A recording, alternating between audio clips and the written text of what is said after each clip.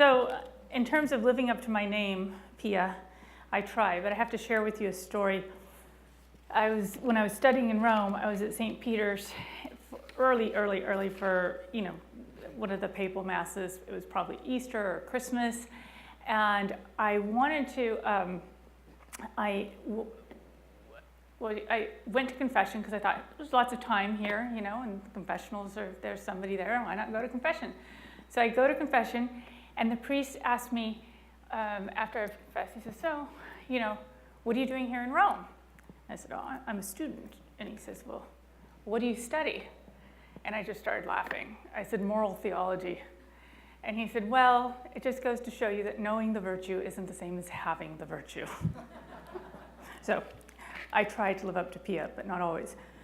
This morning, I want to talk about Humanae Vitae. I think it is one of the things that we miss in this document is Paul VI had a tremendous vision for humanity. It is the church's vision for humanity. And when he enunciated this, of course, we know that everybody piled on and talked about contraception.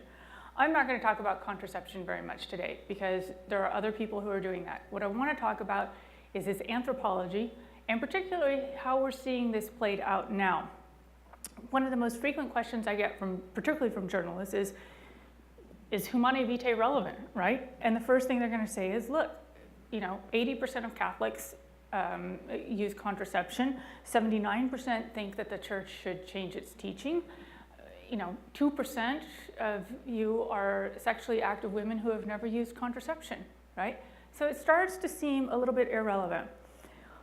But I had an episode, I remember I was at World Youth Day, and I was meeting with a bunch of journalists, and they said, look at how these kids are dressed. And if you talk to these kids, they don't even know what they're talking about. And I said, yeah, but all those kids are here. And I said, do you see the lines for confession? I said, something is drawing them. They're responding to something bigger.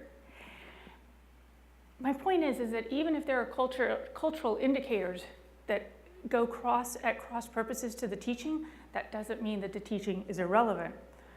A couple of years ago, there was a group of academics, I think in the UK, that put together a statement, and they were going to the UN, right? The UN of all places, to say, we want the church to teach its changing on contraception. You may recall the response. There was a statement that was hosted on the CUA website, Catholic University of America, where all the controversy, the controversial response to Humanae Vitae started at CUA in 1968. Flash forward, more or less 50 years to 48 years, and there were, I think, 800 or 900 academics, I was one of them, who signed a petition defending it. And as Janet Smith pointed out, she's like, can we just look at who's signing this petition and who's arguing for this at the UN? The people at the UN are old, tired, gray-haired academics. And she said, the people who are signing this are young, married academics, many of them. I mean, there were also people in religious life, unmarried people, but there were a ton of young academics, people who are living the teaching. So to my mind, the time is ripe. Just yesterday, I published, or Catholic News Agency published an article on my behalf, or that I had written. And I'm going to say something that, we've all been saying, well, or different leaders in the church have been saying, well, we knew it, we just didn't say it. Well, you know what? I finally felt like with all that's come out about now Archbishop, as of this morning, he's Archbishop McCarrick. The Vatican he resigned from the College of Cardinals, so that means he's Archbishop McCarrick. So, you know what I was able to say? You know why we haven't been hearing about Humanae Vitae? You know why we haven't been hearing about the teachings of Humanae Vitae? Because some people in the leadership of the church haven't been living this. And if you don't live this, it's really hard to teach it. When I meet the priests and bishops that I am so grateful to work with, who are confident speaking about this, they're also confident in their vocation. They're confident, they understand celibacy. They understand that celibacy isn't a no to love, right? They understand that the virtues laid out in Humanae Vitae, that way of looking at human life, is absolutely essential for every human person, whether you're married or not. And our celibate clergy, above all, they are called to a supernatural marriage with the church. Our clergy are in persona Christi. We have a whole theology on this. That would be another talk. But this document, Humanae Vitae, that talked about the importance of the transmission of human life, everybody got hyper laser focused on contraception, which is a real question. And this teaching is very, very difficult. I'm not going to sugarcoat it. I got to tell you that when I see NFP presentations that sugarcoat how challenging married life is, it kind of makes me squirm, right? But I think every state in life is difficult. I think celibacy is difficult. I think consecrated life is difficult. And married life is challenging. And why do we do all of these things, right? Because they all point to union with God. We are running the race so as to win, as St. Paul says. We have these challenges, but the idea is that we can actually move through them and become better for them. So when I read Humanae Vitae, I think it's essentially about love and being happy. I think it's an achievable ideal about human life, an achievable ideal, all right, about human life and love that makes life fully happy, fully human. Now, typically when you hear ideal, people think, oh, I can't reach that, right? Sanctity, that's an ideal, I can't do it, right? Or maybe there's physical ideals that we're looking for, can't do it. Maybe there's, an ideal house, ideal whatever. We usually think we can't reach that. I hear people say, well, including some of our pastors or presbyterate, say, well, what the church teaches about marriage, that's an ideal. The point is that this is an achievable ideal. It can be reached. And we do have people who are living this. So the alternative, we're going to look a little bit at the alternative. I want to spend some time talking a little bit about the background of Humanae Vitae and its prophetic nature. Because we have this ideal, it is an ideal, it is hard, no doubt about it, right? But I just want you to consider what the alternative is and think about that as we start this conversation. So in 1963, as many of you may know, Paul VI convokes this commission to study the question of contraception for married couples. So remember, at that time, the question is still relatively narrow. Should married couples be able to use contraception? And on the 40th anniversary of Humanae Vitae, I actually debated Sidney Callahan, who was a theologian who was on that commission, published in favor of contraception for married couples at, we debated at Fairfield in Connecticut. And when we debated, it was really interesting because afterwards I had a student come up to me and she said, hearing your talk, she said, it's the first time at a Catholic university anyone's ever given me a reason for not having sex before I get married. And I said, okay. So wait, she says, all of my friends are telling me that I should at least be having sex with my boyfriend. At least be having sex with my boyfriend, right? So she hasn't been given a script or a narrative. Innately, she's drawn to something different. That's why she's holding out, fighting it. So back to this kind of history here. This commission, this 1963 commission, comes out with a report. And there was one very famous person on that commission, right? Cardinal Karol Wojtyła, who would become John Paul II. He couldn't make it to Rome for some of these meetings. He sees the reports. He writes a response. The response is the Krakow Papers, and it was translated into English a few years ago, a very good English translation that you can find, Nova et Vetra, but you can ping me online and I can point you towards it.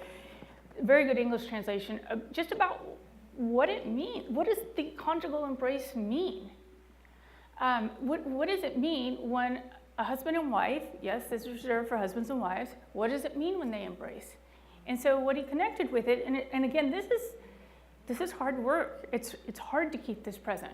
That in the act of marital intimacy, husband and wife should be thinking, I could become a mother, I could become a father, right? There's this whole anthropological aspect to it. Now, the document of Humanae Vitae comes out in 1968, the Summer of Love, right? I wasn't born yet, but from all indications, it was quite an interesting summer. And it comes out in July. Just as a sidebar, I remember the first time I heard about NFP Awareness Week. I was getting ready to go on a radio show, and they told me, "So are you ready to talk about NFP Awareness Week?" I said, "What?" And they said, "Yeah, it's NFP Awareness Week." I said, "It's the end of July. Nobody does an awareness campaign at the end of July." And they said, "Well, it's NFP Awareness Week." I said, "But everybody that needs to hear this is busy with their kids, and they've got all sorts of stuff that they're trying to get done before school starts." All right, so the Vatican put this out at the end of July. There's another document that the Vatican put out in 2004 at the end of July or beginning of August.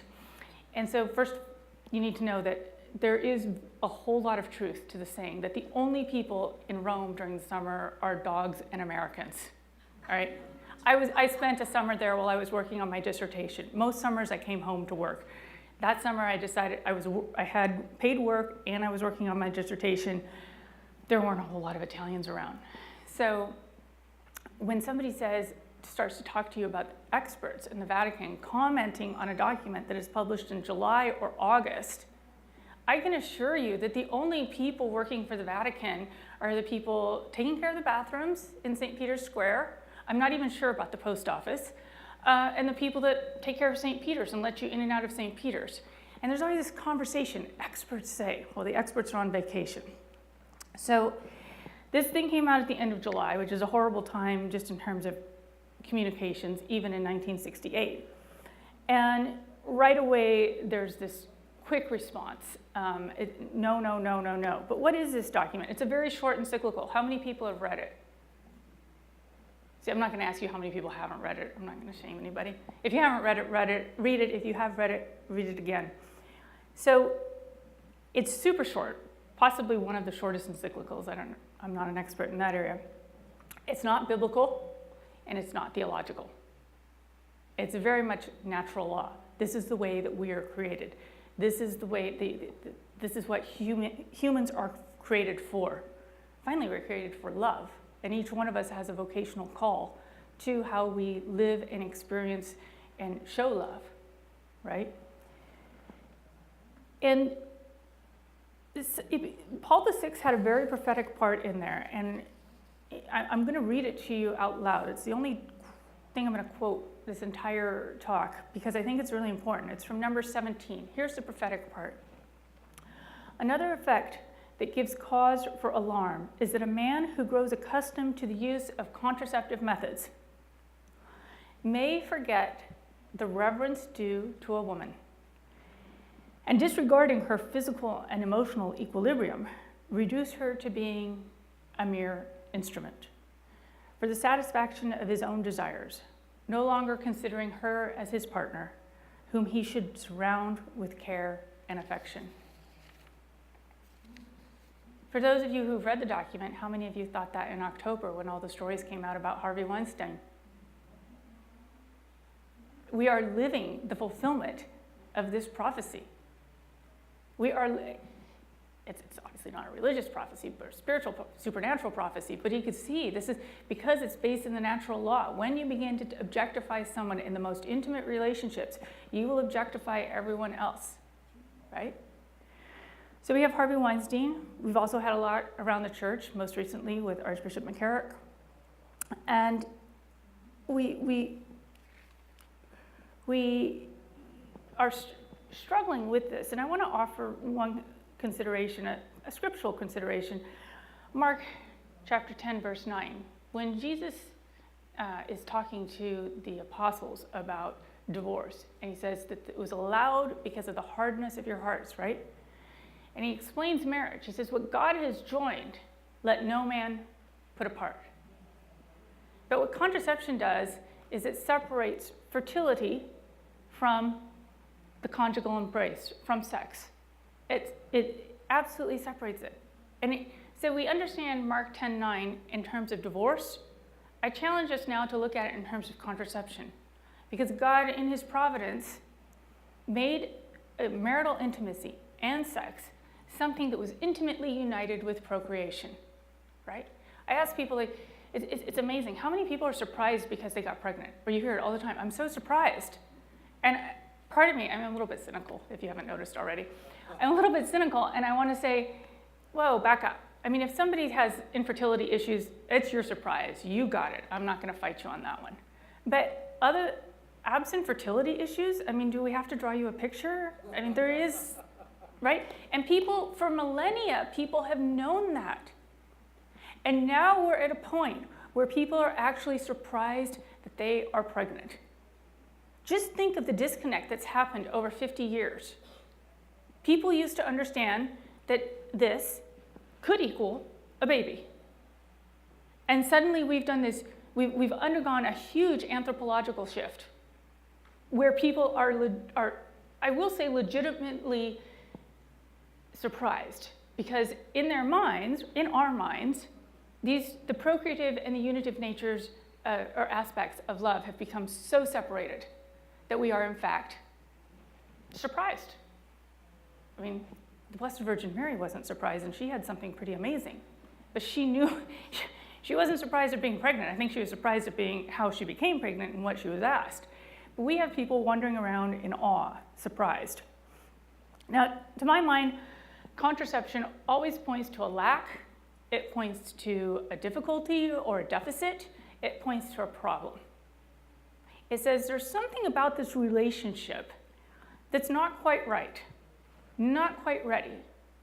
Now, I will grant you that there are some people who have very erudite defenses of contraception that don't apply to this. But generally speaking, the advice for people are advised to use contraception because this situation isn't quite right.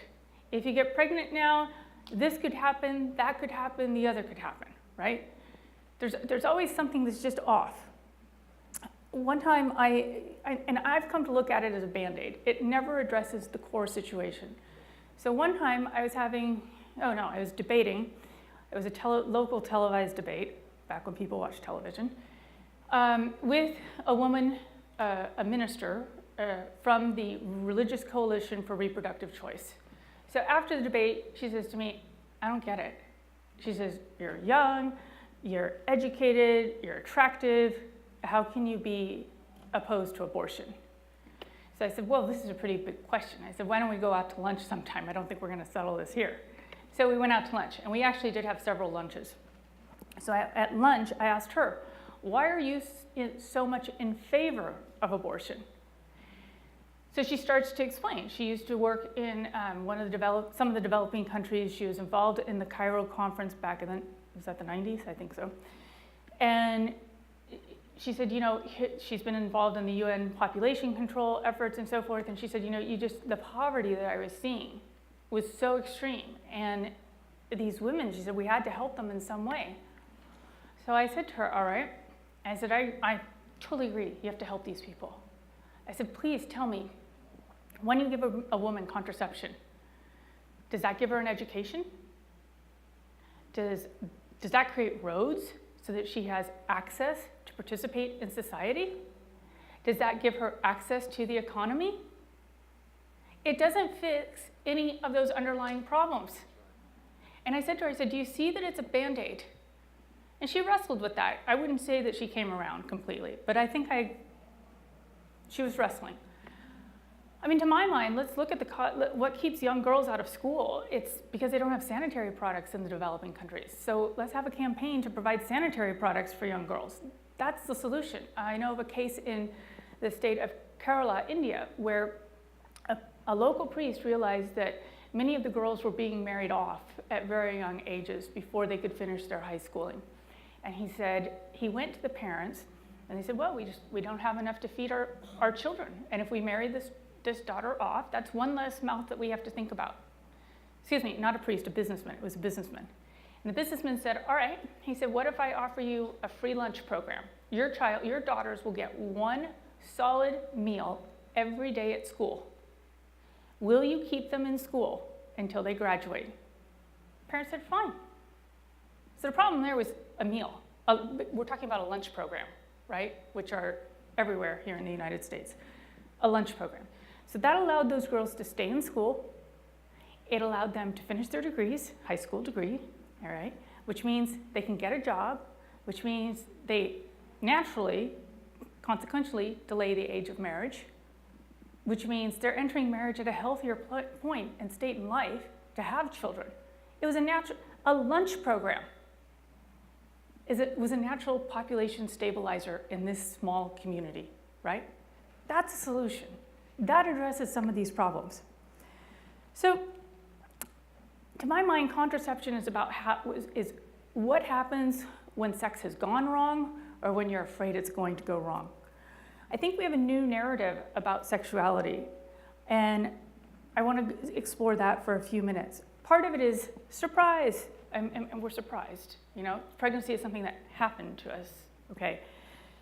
The other thing that was really interesting to me when I was reading many of the accounts of women who had been assaulted by Harvey Weinstein, it was shocking to me that there were several of them who said it was easier to get it over with, i.e. whatever sexual favor he was asking for, than to say no. That says a lot about our sexual narrative. A lot. That it's easier to get it over with than to say no. Meanwhile, again, in the wake of these recent sex scandals, there's a lot of stories coming out about nuns who have been abused by priests. And you know what? I just kind of want to stand up and cheer every time I read of one who said, pushed back and, fought against her aggressor and said no. She didn't say, oh, it would be easier to get it over with. I don't blame the women who are experiencing that. I'm asking us to look at those narratives. That tells us something really, really profound and profoundly disturbing, I would say, that this is the way we've come to view sex. It's not something that's beautiful, important. When I was teaching high school, I taught high school between my undergrad and graduate studies, and one day I taught one of the many classes I taught was sophomore religion. So for some reason, all the boys were gone, and it was just the girls. And we're just kind of going humdrum along with the lesson. And honestly, the text we were using kind of bored me. I had a hard time staying awake sometimes. So it's like, it's after lunch too. So one of the girls, her hands goes up, and she says, why is premarital sex wrong? I'm like, oh my gosh. And that's not what the lesson was about, by the way. So I said, well, you know what? I said, why don't we wrap this up today, and we'll talk about that tomorrow. And again, for whatever reason, the boys were gone. So I went home and I crammed. And my roommate was also a teacher at the same school. I said, you have got to help me. I have got to come and give this talk to these kids. And it's got to be something that convinces them. So I crammed, I had my little outline, and I come back into the classroom. And I started talking about the church's teachings about sex and marriage. And so a little way through, the smartest one in the class raises her hand. She was the same one who had asked the question the day before. And she's the only one raising her hand. Now, how many of you have taught high school kids? There's got to be some teachers out here, right? You know what it's like, right? So the smartest one, in the middle of a really difficult lesson, has raised their hand. And there is no way that I can ignore it because she's the only one raising her hand. I can't call on someone else. So I called on her, and she says, I think I get it. And hey, I'm a high school teacher. I'm still waiting for that smart response, the not nice smart response, but the response that's just gonna be like, oh no. And I said, okay. She says, I think I get it. It's because sex is so good and so beautiful. I said, yeah, of course. But here I was teaching in a Catholic school that was started by very intentional Catholic families. And this was news to this sophomore girl. And I went to talk to some of my teachers afterwards. I said, are you kidding me? I said, I come from a quote unquote dysfunctional family. My parents divorced when I was 11. I know that. And one of several teachers said, I was never brought up with that. I wasn't brought up with that idea. So we do have a problem of narrative. And I think we desperately want it to be something else. I want to give you a few more examples. There was a movie, Definitely Maybe, which I can't really recommend for the quality, but there's a tremendous scene in there. It's Ryan Gosling plays the parent, and Abigail Brennan is an 8 or 9-year-old child. And so he goes to pick her up at school, and she is, the whole school is just chaos. He's like, what's going on? And one of the mothers said, oh, they decided to have a talk about the birds and the bees. And he says, aren't they a little young? And the mother just kind of shrugs her shoulders. So on the way home, as they get to their apartment, this is New York, the daughter says, I don't understand. She says, Jimmy, whatever, some kid in her class, says that his mom says that he was a mistake. And she says, how does a man accidentally put his penis into a woman's vagina?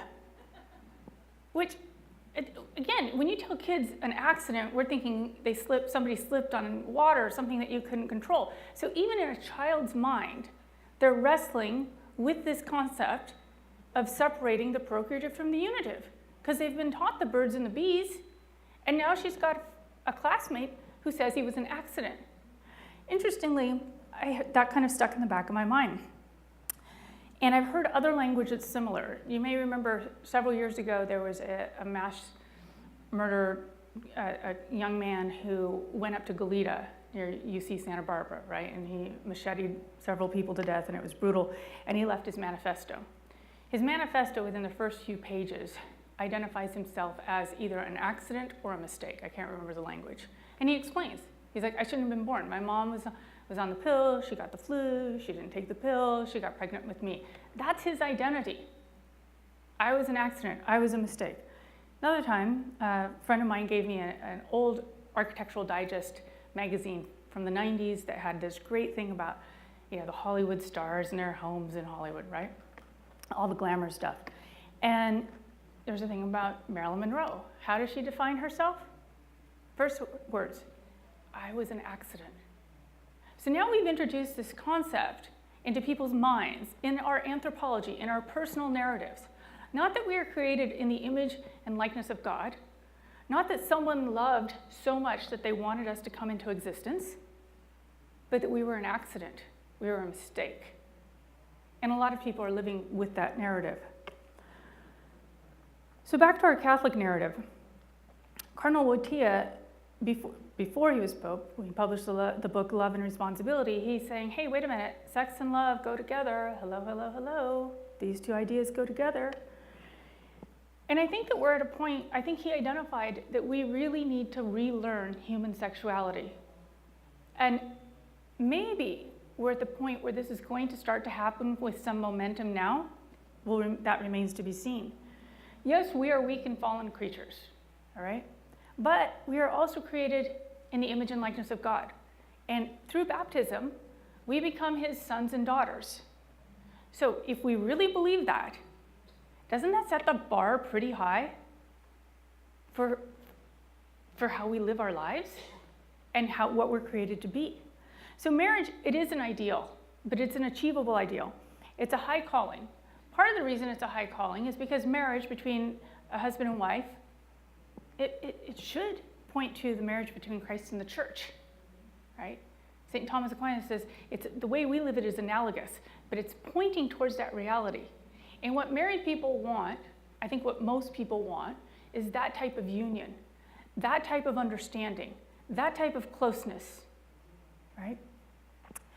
But it's work. Humanae Vitae, in paragraph number 10, has a section that got badly translated in one of the English translations, the St. Paul one. The Vatican English translation is much better. So number 10, when you talk about, I think the original English translation, which came out of the USCCB, or whatever the USCCB was back then, and then went to the Daughters to St. Paul, it said you could only use, only use fertility awareness, or NFP, for grave reasons, right? So there's a great article by Angela Bonilla on this in Homiletic and Pastoral Review. Again, if you ping me, I'm happy to give you the resources, in which she does a very careful study. And what it is, there's a transliteration there. The word in Italian is grave. Grave in Italian means serious, right? And the way that the paragraph was rewritten in English doesn't reflect what's in the Latin or any of the other Romance languages. And so the Vatican English translation says that the decision to have a large family or to postpone a pregnancy should be undertaken prudently and generously. And I still remember a woman who heard John Paul II. When was he in DC? Was that 1981? Anyway, when he was in DC, I heard him speak on the Mall, And this is a Catholic woman, and she was so furious because he had asked parents to be generous. She's telling me about it 30 years later, and she is angry, still angry, that she was asked to be generous. But those two words, generous and prudent, what do they indicate? It means that these are things that we need to be thinking about, right? We need to be intentional. This is a work that we've been given, particularly in marriage. It's a work that we've been given to do together, husband and wife, hopefully with some good spiritual direction and spiritual advice, but it's something that we do together. It is a special friendship. That language is used, even Aristotle uses that language, right? About this special friendship that should exist between husband and wife. And it's called to, first of all, to be free. Remember the church, whenever the people start saying the church is anti-woman, the church is the first entity to say, hey, maybe a woman has a choice in who she marries and if she marries, at least if, all right, and that evolved into who. It also needs to be faithful, and it needs to be fruitful. This is the nature of not only the marriage relationship, but the nuptial relationship. And the nuptial relationship is that spousal relationship that each soul is called to have with God, ultimately. And it is the one that our celibates and consecrated people live. They are living the reality of our baptismal vows, right? They're living that relationship of the soul to God, which is a nuptial relationship. So that's why we say that we talk about maternal, biological and spiritual maternity and paternity, because we also think that, again, this whole idea is coming out from this idea of marriage, that this nuptial relationship, however it's lived, right? Husband and wife, God and soul to God, consecrated religious or cleric, again, it's supposed to be, this is supposed to be the way that we express our love. It is supposed to be fruitful. Our love should engender others. We should see the fruit of that love. We may not see it immediately, but there should be a fruit that comes from it. Ephesians 5, which is one that sadly, people always want to skip over that reading when it's in the Sunday readings at Mass, and yet it really indicates to me such a beauty. It says, wives, be submissive to your husbands. Now, a lot of people argue about that submissiveness. I'm not even going to go into that in this talk. What I'm more focused on is the next part. Husbands, love your wives as Christ loved the church. This is tremendous, and this is what Paul VI had in mind. He's setting the bar really high. In other words, he's setting the bar so high that he's saying that we shouldn't have relationships that need contraception. And in fact, we should be doing everything we can as family, as friends, as government, society, church, to help people not need this, to be able to live their vocation fully. And where we learn this is in the family. This is where we start to learn this, is in the family. Now, in 1981, John Paul II wrote Familiaris Consortio, and in there he has a program for marriage prep, and it seems almost archaic. All right, he says, first stage of marriage prep is you're born into a healthy, functioning family. Well, look at the statistics out there. I think it's less than 25% of all children reach age 18 with their parents still married to each other. So that first school, a lot of people are not experiencing it. And there's no guarantee that 25% is actually getting the formation that they need. He says the second stage is when, the opposite sex starts to get interesting. And we start to, they no longer have cooties, now we're kind of interested and so forth. He says now you start to prepare people. He says the third stage is what we would call marriage prep. That's the final stage. And if you look at the document, 1981, he says this is only needed in some of the rarest cases. So how many people do we have here involved in marriage prep? How many of you would agree that marriage prep is where we start as we know it today? No one would. This is how much things have changed. So we have to go back and recover, first of all, starting with the family and what that means. And that's going to come back to the way the husband and wife interact with each other and how they live married love, how they live Humanae Vitae. Because what happens with contraception is no one owns it. Have you ever noticed that? It's always within the relationship. When contraception enters, So I was like, well, this is on you. It's not my problem, right? Particularly for men. The burden of contraception tends to go on women. And the men are left in a position of saying, yeah, not my problem. This is on you, babe. Didn't you take your pill? Didn't you do this? Didn't you do that? Right? Where's the unity in that relationship? Especially if we're talking about a marriage. What is in that relationship that points to the relationship between Christ and the church? So I want to remind you of, again, going back to Mark chapter 10, verse 9. What God has joined together, let no man put asunder. I think what Paul VI saw was that by separating the procreative and the unitive aspects of sex, right, that we were going to lose something that was human. We weren't going to live fully human lives. And I think we really need to do a lot to learn sexuality. I think sexuality is essential to every human person. Sexuality, not sexual behavior, those are two different things. Sexuality, all right? Essential, but it's so deeply tied to who we are and what we're created for. Now, Pope Francis has written a lot about the disposable culture, right? And he's even talked about abortion, and I think he's talked about divorce and related it to this disposable culture. In essence, what we're seeing is Francis recognizes kind of a fulfillment of Paul VI's language we created by separating the unitive and the procreative elements of sex. We have created a disposable culture. We're both, and frankly, it's not just women who are used. Men are used too, right? And sadly, we're seeing that within the leadership of our own church, that this has been done. And it's because sex has this unique place for a reason. But when you separate these two aspects, then anything goes. You can create a baby in a lab, and you can have sex with a child, or someone who's your inferior, inferior in terms of power. So uniting these things is challenging. And again, I do believe that this is a hard teaching, all right? But then we have to be reminded by what our Lord says in Matthew 11:30, right? My yoke is easy and my burden is light. So what we have to go back to is remembering this is what we are created for. And I really don't think we can get away from the lived witness. When you see people living their vocation chastely, right? So for married people, chastely does not mean no sex. It means not using your spouse as an object. It means seeing your spouse as a subject, right?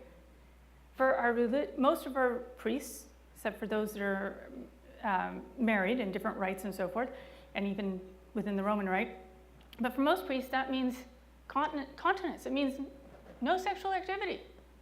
And for our religious, that's what it means. But that is where, if you're focused on God, who is love, then the source, if he is our source, then we are able to experience love fully. And I truly believe that all these other things are a mockery. Anyone looking at the scandals of the past few months has to say, everybody's first reaction is, that's horrible. It should have never happened. And nobody thinks that those are occasions of love. No one.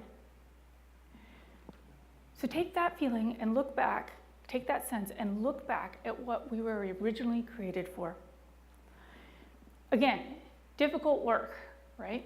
And especially, I'm guessing that most of you in this room are involved kind of on the front lines in some way with this work. And I just want to encourage you, this is how I close a lot of talks, and I send everybody to Rome on pilgrimage to do this.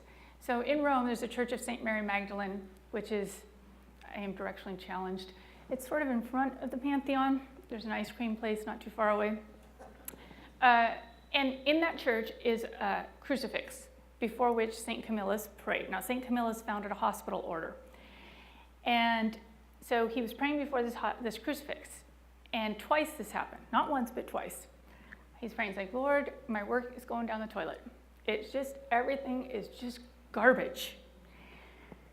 And the corpus leaned forward and patted him on the back and said, don't worry, it's not your work, it's my work. But St. Camillus was kind of like us, right? He's human. And so he had to go through that again. And once again, our Lord did the same thing and comforted him. And I'd just like to close with reminding you, whose work is this? It's our Lord's work. And that's why we know that it will happen. And honestly, the piece that I wrote for Catholic News Agency, I think timing is everything. To me, God allowed us to be utterly stupid about Humanae Vitae. And all of it, from Harvey Weinstein to Archbishop McCarrick and who knows what else, it's all happened during this 50th anniversary, that 50th year around Humanae Vitae. And to my mind, maybe I'm overreading this and you can say so, this is God telling us, you know what? Maybe you need to take another look at this. Maybe there's something I'm proposing here. But I cannot get over the timing. And I think, again, there are times when we have to do the work, but we also have to realize that this is God's work. So we don't have to plan it, we just have to participate in it. And I'll leave you with that. I think we're gonna do questions, sorry. Is it Q&A? Is there a microphone for Q&A?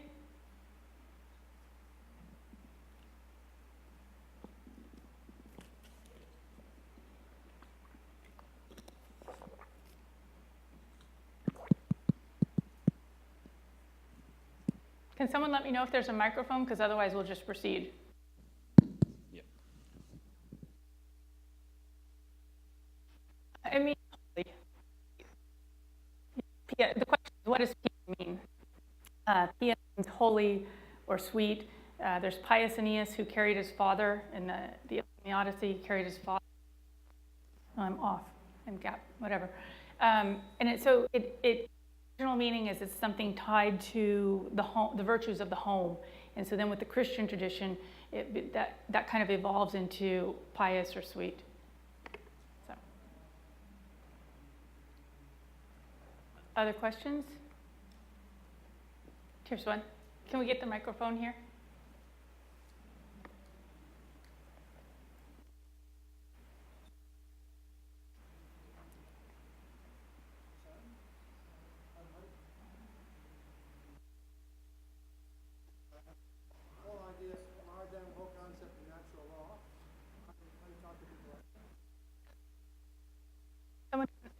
Is this on? No, it is. So the question is, how do you deal with people who don't accept the natural law? If I can answer it succinctly here.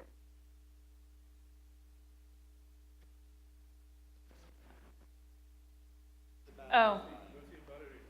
Battery? Okay, let's try this. I really push people because it's like, if you don't believe in the natural law, why don't you drive your car off a cliff? Well, because you know that if you drive your car off a cliff, it's going to crash, right? If you don't believe in there are so many concrete examples that you can use. If you don't believe that it's wrong to kill, what would you say if somebody just walked into this cocktail party that we're at and started stabbing people? You'd be horrified, right? Why? Because somewhere inside of you, you know that those things are wrong, right? Inside of you, why do people respond the way they do to natural disasters? Why? Is it because and people are actually better than some of us give us credit for?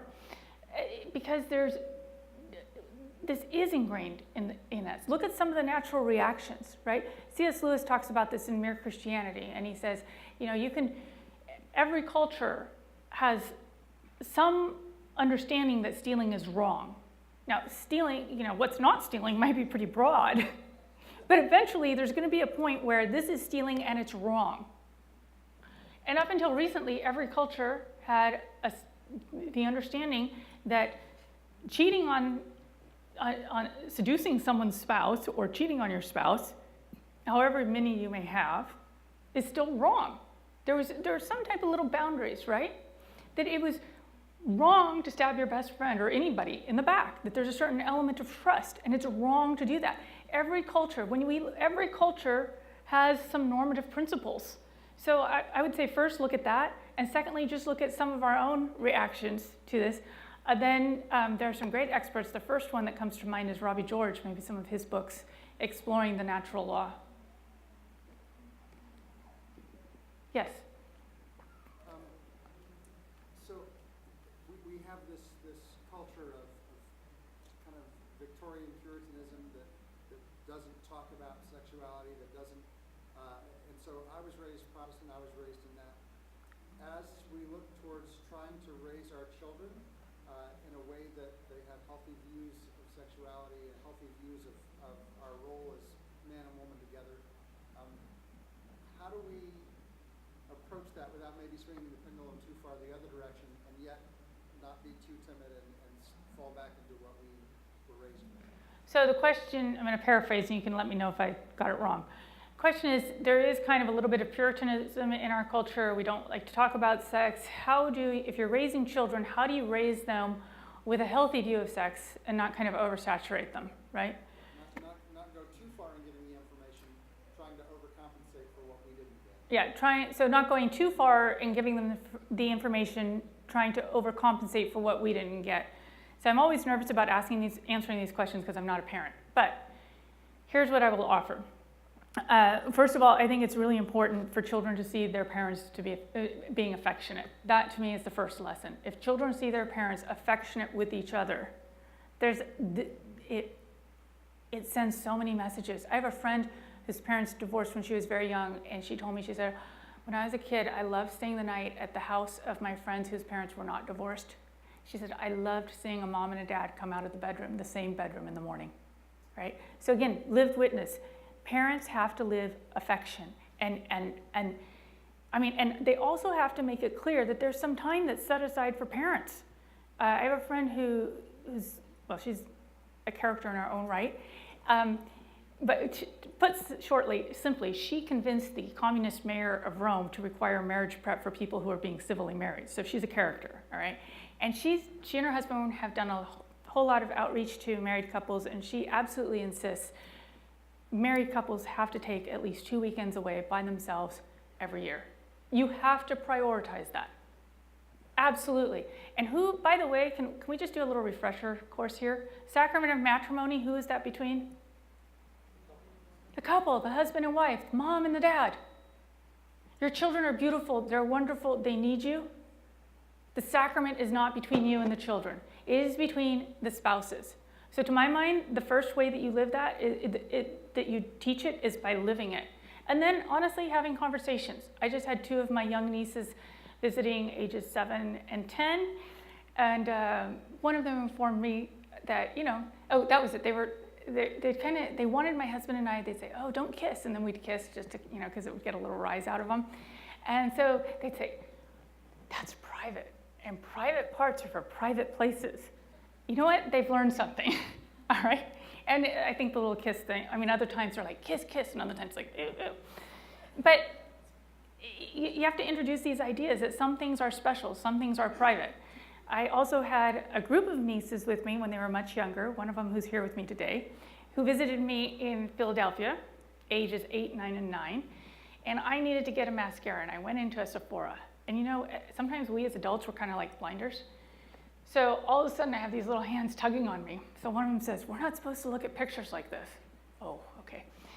Then we have a man with full makeup, that's the cashier. So we leave, and one of them says, Zia Pia, why does that man have makeup? And I said, honey, some people are really confused. And I think we just have to keep some conversations simple and age appropriate. And I think one of the biggest gifts that you can give your children is to give them a childhood. Like right now, kids, if they've got devices, if they're exposed to a fraction of the culture, they have hardly any innocence left.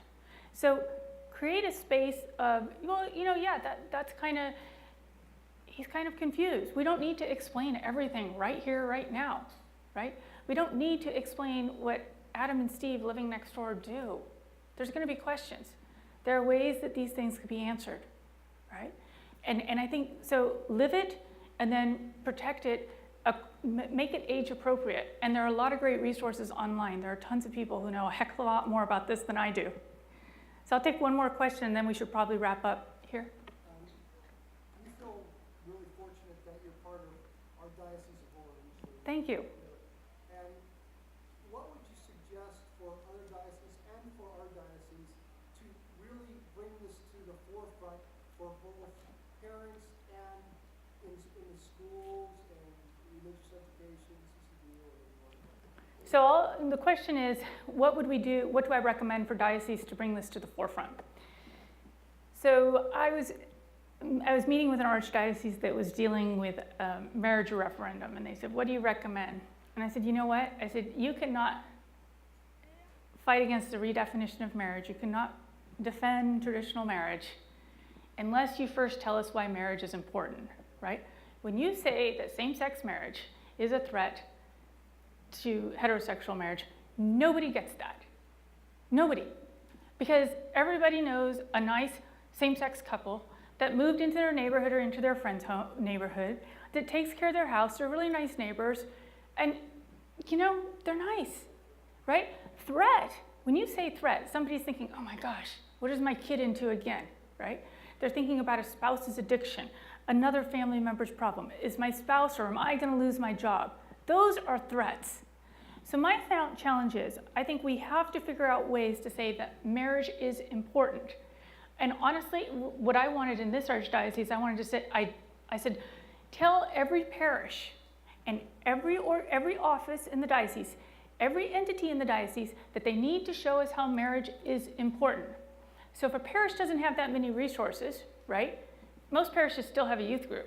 How about free babysitting so that parents with small children can go out on a date? Because that's actually really hard for a lot of couples. They're raising families, they're answering the church's call, God's call, and sometimes babysitting can be really expensive. That's one small little thing, but it sends a message.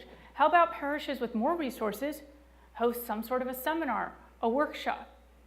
But honestly, I think that we have to find a way in every aspect of our diocesan offices, our parishes, our schools, to communicate that marriage and family are important.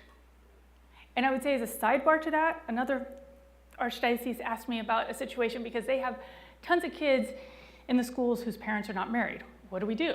And I mean, I wasn't sure if they were suggesting like a marriage campaign. I said, please don't. It may be better if those parents, we have no idea what those situations are. Please do not confuse the schools with that. I said, but you know what you could do? You could start teaching communication skills to children at age 5. My husband and I did marriage prep, and we were taught communication skills that were really, really good. You know what? I wish I'd learned them at age 5. And they can be taught age appropriate, not only, and then they're also really important, because you know what's going to happen? The reason a child is able to be abused is because they don't know how to communicate about something that is very troubling, right? So if you've been teaching communication skills, starting at age 5 or whatever it is, building on it, right? Then let's say a problematic situation comes up. That child is going to be able to turn to someone trusted and communicate and articulate what's happening or what they're afraid might happen to them. And then, by the way, I mean, what we learned in marriage prep was so good. I thought, why do we wait until people have ordered the dress, booked the church, this, that, and the other, before we teach them how to communicate? And holy moly, that's what should be taught before people are even dating. Again, back to age 5. This is something that we should be learning at a very young age. So first, I'd say focus on every aspect of the diocese, parish, whatever. What can you do to promote marriage and to show that marriage is important? I don't know, maybe some parishes have a Valentine's Day dinner or a dance, whatever. Secondly, and by the way, don't create unnecessary hoops for people to get married, but that's a separate conversation. And then start finding a way to teach families to be healthy. And that includes the communication skills. I have a friend who was very upset because she got mad at her husband and she broke a plate and her kids saw it, right? And she's beating herself up for it. But just before that, she told me that her daughter, who was 6 or 7, a few days before that, came up to her and said, Mom, when you do such and such, I don't feel loved. And so my friend's beating herself up because in a moment of weakness, she broke a plate. And I said, are you kidding me? I said, your kids see you and your husband sit down at the same table, even when you've had a fight, right? Usually they see you go into the same bedroom. Like, that's what they're learning. I said, and the fact that your daughter, age 6 or 7, can come up and say, Mom, when you do such and such, I don't feel loved. I mean, there are people that are in their 70s and 80s that can't say that. People spend a lot of money in therapy to be able to say that. So it really is about communication. It's a big answer, I apologize, but I think that having some concrete activities and then teaching some skills would be absolutely essential. So I'll close with that. I think there's another session starting soon. Thank you very much.